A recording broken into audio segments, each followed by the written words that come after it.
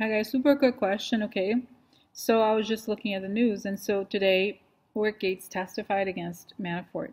I think it's the beginning of testimony. I don't think it's done. So I saw that, and I went back to one of my first readings. Was number 21. I did a reading on him right after the date when he was indicted. Okay, him and Manafort. And I remember I did also a reading on Manafort, and it showed right at the first reading I did on Rick Gates that he would flip, that he would talk and everything. So I was like, oh, how, I was gonna brag. So so it was interesting. So like I said, this is not news to me, but I'm just curious if it's gonna how that's gonna impact Trump, because as you know, Rick Gates, unlike Manafort, he actually stayed after Trump won. He was working closely with people connected to the White House, like Brad Pascale. He was working in a PAC. A PAC, it's one of those donor groups, right? And he knows all about money, how to do shady money schemes. Okay, so I wonder how this is. There's three people that I'm curious about: Manafort, Trump, and Brad Pascal. I've never done a reading on. I don't know. I did a quick reading on Brad Pascal, but I want to do reading. I have to do a reading on him soon. But anyway, it's quite interesting. Okay. Um, I think he's so screwed. Whatever. But I'm saying this to him because I got the sense that he's like freaked out today. Finally. Okay. Brad Pascal, that is. After he saw this. So I'm just curious. So how did, let's say, the first question is, how did each one of these three people receive this news of his testimony? How did Manafort, obviously he was there in the courtroom, how did Manafort receive the news when after he was there, he saw it? So how did that affect Manafort, Paul Manafort, when Rick Gates was there testifying for him? So guys, I'm looking back. It just gave me the same image I saw actually at a reading that I just did recently about Manafort's trial. Okay, if it was too late, that's the moment where it showed me the mirror is breaking, mirror breaking, and that what I got from that is that the image that he put out, the idea that he put out is over. It's over for him, not just in terms of what happens next, but in terms of it's over. The story, nobody's gonna believe his story. He knows that. Okay, so it's over for him. The image or the narrative he was putting forward is over. He knows it. Okay, no one's gonna buy that. Okay, number two. How did Trump take the news of Rick Gates?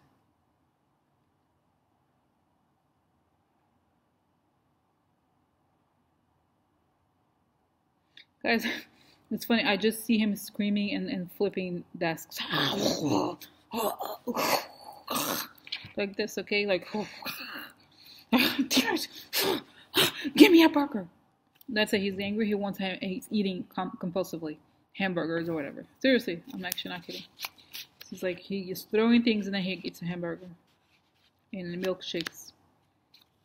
Okay, because he can't even speak. Okay, in the sense that it's like, what is he gonna say about this guy? Yeah, he didn't know anything. Well, he knows a lot. He knows a whole lot about financial crimes. Oh yeah. Because guys, it's almost like actually I think he knows. Trump does know that the nail in the coffin is not from his perspective. Okay, is not the proof that he was talking to Russians on the phone or that there was even a piece of paper about agreements. Is the money. He knows that money is really his weakness, in the sense that once they get to the money, it's over for him, and that's what he feels like he can't do. He for the first time I think in his life he's cornered. Okay, he just happens to be cornered in a very public place. Oh yeah. Okay, so what about Brad Pascal? When he saw this, what happens? What is he doing?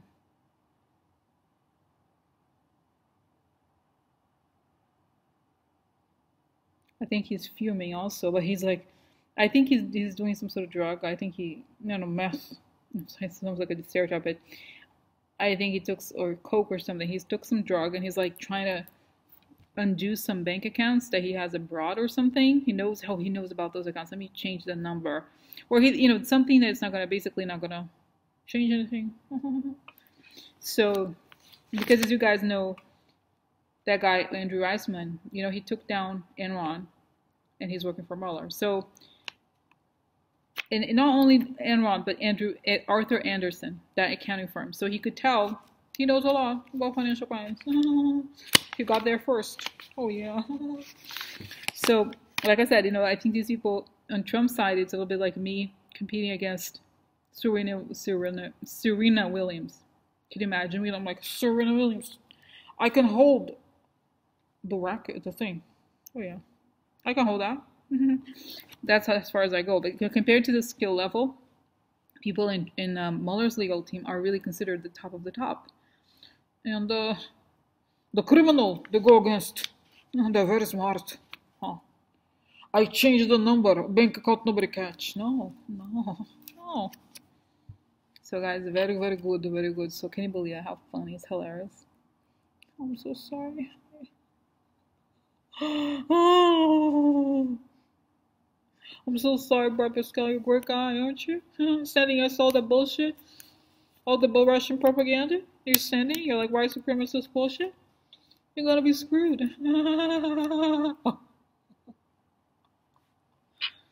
So anyway, so they're all freaking out. Okay, so what does this affect the press?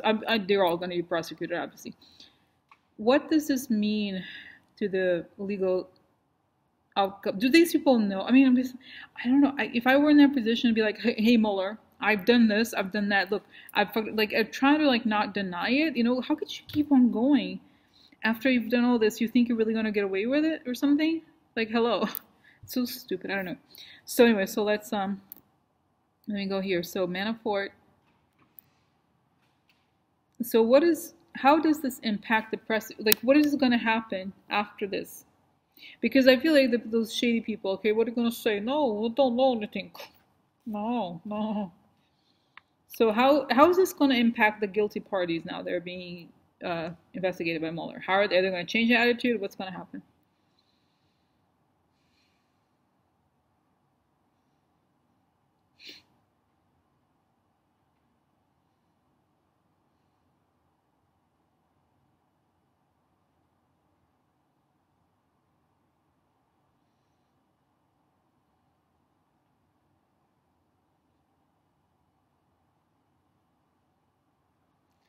So interesting. So the first you see Trump, he's like those cartoons where the character punches into something painful, like a box of like a wooden box, and then it hurts his hands. That's Trump. He's going to be trying to punch into things, but it only hurts himself. From now on, the more aggressive he becomes, the more he hurts himself. Okay, so I think that goes to pretty much everything. Okay, that's one. Number two. That's Trump. Now, he's not. It's essentially saying that he's acting out of obviously of desperation, but now everything is gonna hurt him, like literally. Okay, whatever he does is gonna hit him back much stronger. Really, he's not. There's just no way out, bitch. No, no. Okay, and then Trump. I'm sorry. Then Manafort. Manafort is interesting. It showed that he's became jelly. Again, a cartoon kind of like he's there and he's like whoa like this, and I feel like he sensed that he's going to spend about 10 days in a daze. Okay, where he's just going to be kind of like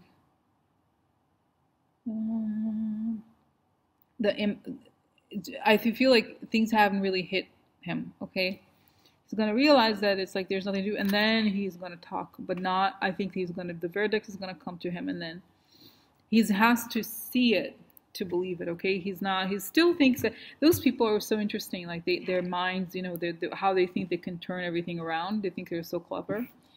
Oh, and the thing about Brad Pascale, interesting. He just takes more drugs. Okay, he's gonna, yeah, I'm fine. I'm fine. Everything's fine. Whatever. I think he does cocaine types of drugs. Okay, uppers, and he's like, no, nothing.